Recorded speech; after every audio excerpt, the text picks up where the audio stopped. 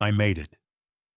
After years of late nights, ramen dinners, and crushing student debt, I finally landed my dream job as a senior software architect in Seattle. $240,000 a year. The number still felt surreal every time I saw my paycheck. I thought this success meant I could finally give back to my family in Cleveland, help them live a little easier. I wanted to be the son who made it and lifted everyone else up. But somewhere between gratitude and obligation, helping turned into owing. The day I saw my dad's text saying my success meant I owed them everything. I knew something had to change.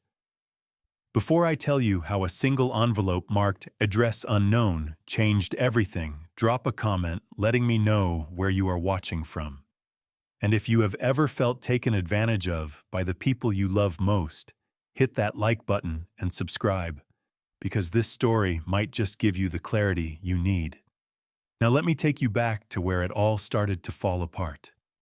I grew up in a small, middle-class neighborhood in Cleveland, Ohio. My dad, Gerald, spent 30 years working at the same manufacturing plant, coming home every night with grease under his fingernails and exhaustion in his eyes. My mom, Patricia, worked as a receptionist at a dental office, her cheerful phone voice masking the fatigue that came from being on her feet all day. We were not poor, but we were not comfortable either. Every dollar had a purpose, every purchase required consideration. I was the oldest of 3 kids. My sister Denise was 4 years younger than me, always the social butterfly who could make friends with anyone. My brother Kyle came 7 years after me, the baby of the family who got away with everything. Growing up, I watched my parents stretch every paycheck, saw the stress lines deepen on their faces when unexpected bills arrived. I promised myself that one day I would do better. I would make enough money that they would not have to worry anymore. That promise drove me through high school, where I spent every spare moment teaching myself to code. While my friends were at parties, I was building websites for local businesses, saving every cent. The work paid off when I got a full scholarship to MIT for computer science. My parents cried at my graduation, proud, but also maybe a little relieved that they would not have to figure out how to pay for college. Boston was incredible. The classes were brutal, the competition intense, but I thrived. After graduation, I landed a job at a mid-sized tech firm making $75,000 a year. It felt like all the money in the world. I worked there for 3 years, learning everything I could, building my reputation. Then a recruiter reached out about a position in Seattle. Senior software architect. $240,000. I almost laughed when I heard the number. That was more than my parents had made combined in their best years. I took the job. How could I not? And the first thing I did after my first paycheck cleared was call my parents. I told them I wanted to send them $1,500 every month just to help out. Make their lives a little easier. Buy the groceries without checking prices. Fix things when they broke, instead of duct taping them together. My mom cried on the phone. My dad's voice got thick with emotion as he thanked me. That feeling, knowing I could actually help them, was better than any promotion or fancy title. For the first few months, everything felt perfect. I would video call home every Sunday and hear about how Mom finally got her hair done at a real salon instead of the budget place. Dad mentioned they went out to dinner twice in 1 month, something they had not done in years. Denise was starting college at Ohio State, and I bought her a nice laptop so she would not have to use the computer lab for everything. $2,000 felt like nothing compared to what it meant for her. Kyle needed his car fixed, some transmission issue, and I sent $1,200 to cover it. Watching them receive help without the stress and struggle I remembered from childhood felt like I was rewriting our family story. But then 6 months in, things started to shift. It was subtle at first. Dad called on a Tuesday afternoon, which was unusual.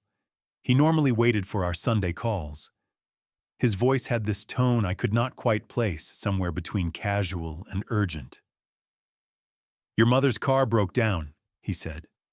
"The mechanic says we need a new transmission. $4,000. He paused. "We could really use your help with this one." I felt a small twist in my stomach but pushed it aside. Of course I would help. That is what family does. I transferred the money that afternoon. 2 weeks later, Denise called. Her voice had that rushed quality of someone who had rehearsed what they were going to say. "So my phone completely died, and I also need money for textbooks this semester. The school bookstore is crazy expensive. Could you send $3,000? I hesitated for the first time, but guilt immediately followed. She was in college trying to build her future. How could I say no? A month after that, Dad called again. The roof was leaking. Water damage in the living room. They needed $15,000 to fix it properly. I sat at my desk in my Seattle apartment staring at my bank account. In 7 months, I had sent home $28,000. That was on top of the monthly $1,500. I did some quick math and felt my chest tighten. But I sent the money. They were my family. I made good money. I could afford it. What I did not realize then was that afford it and should do it were two very different things. By month 10, my phone ringing with a Cleveland area code started to make my anxiety spike. It was never good news anymore. Never just calling to chat or see how I was doing. Every call was a need, a crisis, an expense that somehow always landed on my shoulders. My mom called about Dad's dental work. His insurance did not cover it, she explained. $8,000 for crowns and a root canal. When I asked why they could not use their savings, her voice went cold. "We raised you for 18 years, Columbus. We sacrificed everything. And now you are going to question helping us when we need it." The guilt hit like a physical weight. I transferred the money and felt sick about it for days. Thanksgiving came, and I flew home to Ohio. I had not been back since moving to Seattle, and part of me was excited to see everyone to be in my childhood home. But when I walked through the door, something felt off. The living room had a massive new TV mounted on the wall, 75 inches at least. In the kitchen, my mom was pulling groceries from bags, expensive brands I knew she used to skip. She had a new designer purse sitting on the counter, the kind with the distinctive logo that cost upwards of $3,000. I tried to push down the uneasy feeling. Maybe they had saved up. Maybe they had gotten bonuses at work. But at dinner, when I complimented the TV, my dad just shrugged. "We deserve nice things too," he said. "You make so much money out there in Seattle, it is not like you will miss what you send us." The way he said it, so casual, so entitled, made my stomach drop. My mom nodded along. "You have been so blessed, Columbus. The least you can do is share that blessing with the people who made you who you are." I did not know what to say. We were in the middle of Thanksgiving dinner, my siblings at the table, and I did not want to cause a scene. So I smiled and changed the subject. But that night, lying in my childhood bed, I could not sleep. Something had fundamentally shifted in how my family saw me. I was not their son anymore. I was their resource. After Thanksgiving, the requests became constant. Denise wanted money for a spring break trip to Miami with her friends. $2,500. When I suggested she get a part-time job to save up, she sent me a paragraph-long text about how I was being selfish and clearly did not care about her happiness. Kyle, who was 16, wanted a gaming computer. $3,200 for top-of-the-line equipment. Dad started saying the electric bill was too high every month and needed $600 to cover it. Mom wanted money for hair appointments and nail salons, $400 monthly for maintenance. I started saying no. Not to everything, but to the requests that felt excessive. And every time I did, the response was the same. Disappointment, guilt trips, accusations of selfishness. Denise sent angry texts calling me heartless. Kyle stopped responding to my messages altogether. But it was my dad's reaction that hurt the most. He would call, and his voice would be cold, distant. "We sacrificed everything for you," he would say. "We worked ourselves to the bone to give you a good life.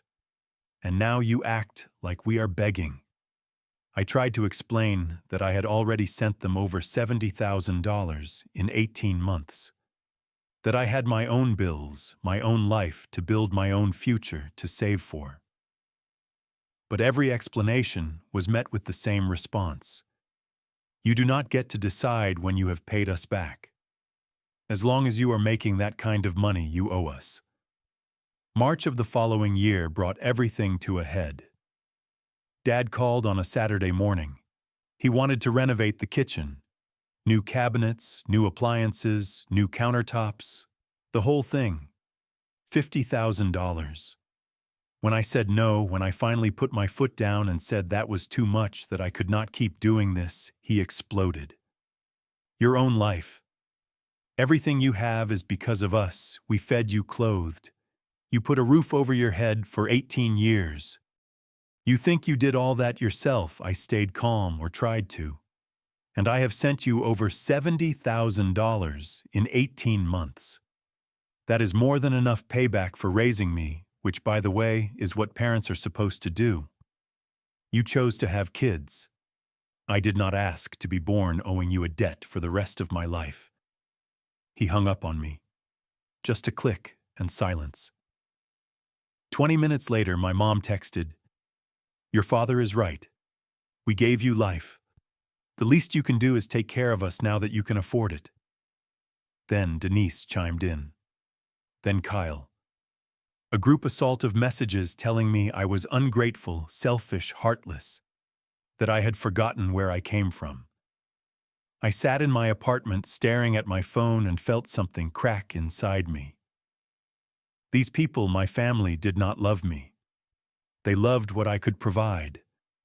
They did not see me as a person with my own needs, my own dreams, my own life. They saw me as an ATM with an unlimited balance. And the worst part was realizing that as long as I stayed within reach, this would never stop. They would bleed me dry and feel justified doing it. The next week, I received an email that changed everything. It was from a furniture store in Cleveland. A bill for $12,000 for a new sofa set and dining room furniture. Shipping address was my parents' house. Billing name was mine. I stared at the screen, reading it 3 times before the reality sank in. I called the store immediately, my hands shaking as I dialed. The customer service representative was friendly, cheerful even. She confirmed that yes, Gerald Reynolds had come in 2 weeks ago and opened a credit account in my name. He had my social security number, my Seattle address, everything needed to make it look legitimate. The furniture had already been delivered. I asked how he got my information. She could not tell me, but I knew. I had given it to them years ago for tax documents, for emergency contact forms, trusting them because they were family. Before I could process that betrayal, my phone rang. A car dealership in Cleveland. They were calling to confirm the co-signing paperwork for Denise's new car. A $35,000 sedan, brand new, and apparently I had agreed to guarantee the loan. Except I had not. I had no idea this was even happening. I told the dealership there must be a mistake, that I never signed anything. The salesman sounded confused. "Your father was here with your sister yesterday. He said you had agreed to help her get reliable transportation for school." I hung up and immediately called Denise. She answered on the 3rd ring, her voice light and unconcerned. "Oh yeah, Dad said you agreed to help. It is just a signature, Columbus. You make plenty of money. It is not like a car payment will hurt you." something inside me snapped. It was not anger exactly. It was clarity. Cold, sharp, undeniable clarity. My family was not just asking me for money anymore. They were stealing from me, using my identity, my credit, my financial stability as their personal playground, and they felt entitled to do it. I spent the next week in a haze of phone calls. I contacted a financial advisor, explained the situation, asked what I could do to protect myself. I talked to a lawyer about fraud and identity theft. Both gave me the same advice. Cut them off completely. Document everything. File police reports if necessary. But more than that, they said you need to create distance. Physical distance. That night, lying in bed, unable to sleep, I made a decision. I was going to leave Seattle. Not because I did not like the city or the job, but because Seattle was still too close. It was a 3-hour flight to Cleveland. My family could still show up at my door if they wanted to. They could still find me, pressure me, manipulate me in person. I needed to go somewhere they would not follow. Somewhere far enough that dropping by was not an option. I started looking at job postings on the East Coast, but then a recruiter contacted me about a position in Austin, Texas. Same role, similar pay, great company culture. Austin was 1,000 miles from Cleveland. Far enough to make visiting inconvenient. Far enough to make me feel safe. I took the interview. 3 days later, they offered me the position. I accepted without hesitation. The next 2 weeks were a blur of careful planning. I opened a new bank account at a different institution, one my family had no connection to. I changed my phone number and only gave the new one to my closest friends and my employer. I contacted all 3 credit bureaus and put a freeze on my credit so no one could open accounts in my name. I closed every credit card, every account that my family might have information about. I found an apartment in Austin through a property management company and signed the lease online.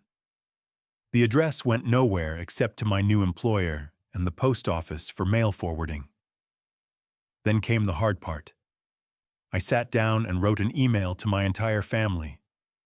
I rewrote it a dozen times trying to find the right words. In the end, I kept it simple and direct. I cannot continue to financially support the lifestyle you have become accustomed to. Over the past 2 years, I have sent you over $90,000. Instead of appreciation, I have received demands, manipulation, and ultimately fraud. Dad, you opened a credit account in my name without permission. Denise, you tried to make me co-sign for a car I knew nothing about. These are crimes. I could press charges, but I will not because you are family. However, I am done. I am moving. I will not be providing my new address or phone number. I need you to take responsibility for your own finances and your own lives. I love you all, but I will not be your ATM anymore. I sent it on a Monday morning and immediately blocked all their numbers on my old phone. Within minutes, my email inbox exploded. Messages from Mom, from Dad, from Denise, from Kyle. Some begged, some threatened, some tried guilt. Dad's email said I was abandoning my family and would regret it.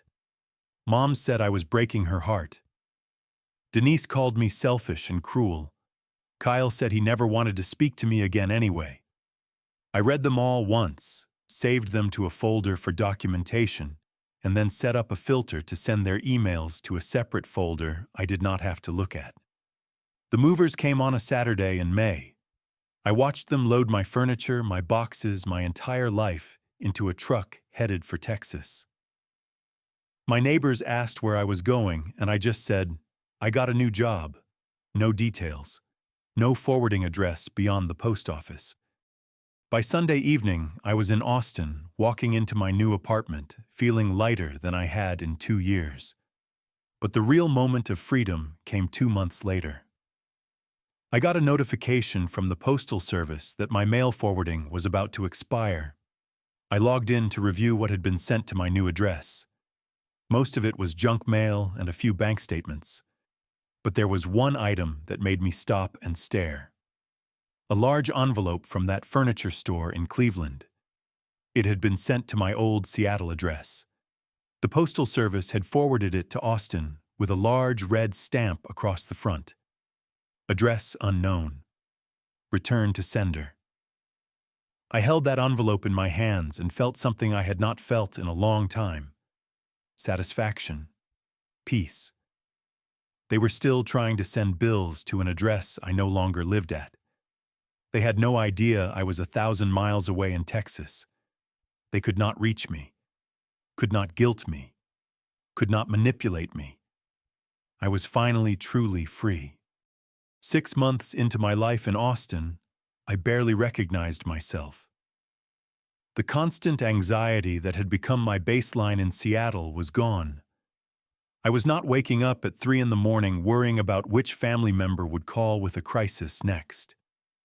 My bank account was actually growing instead of being drained every month.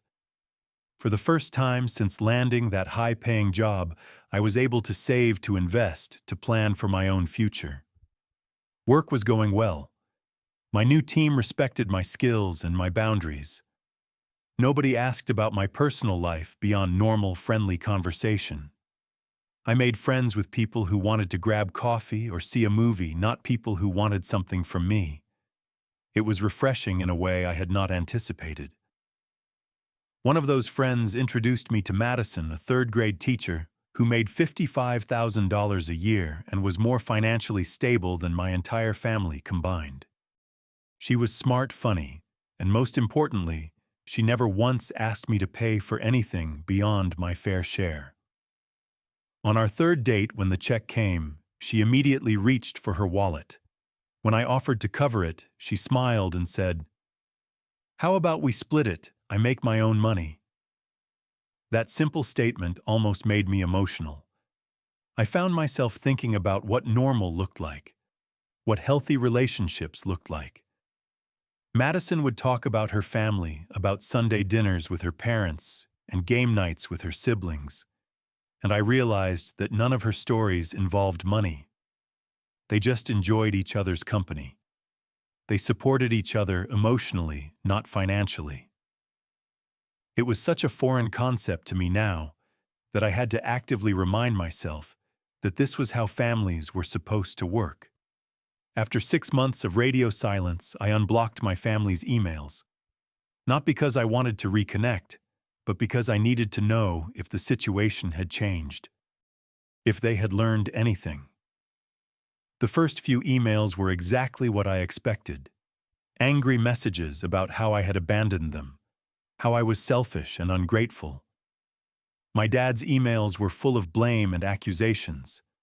My mom's were manipulative, talking about how much they missed me while in the same paragraph, mentioning how hard things were financially. But then slowly the tone started to shift. 3 months after I left, Denise sent an email that was different. No demands, no guilt trips, just a simple message saying she had gotten a job at a retail store. It was not much she wrote, but it was helping. She was learning to budget. It was hard, but she was managing. I did not respond, but I felt something that might have been pride. Maybe a little bit of hope. Kyle never reached out. That was fine. He was still young, still probably angry. Maybe one day he would understand. Or maybe he would not.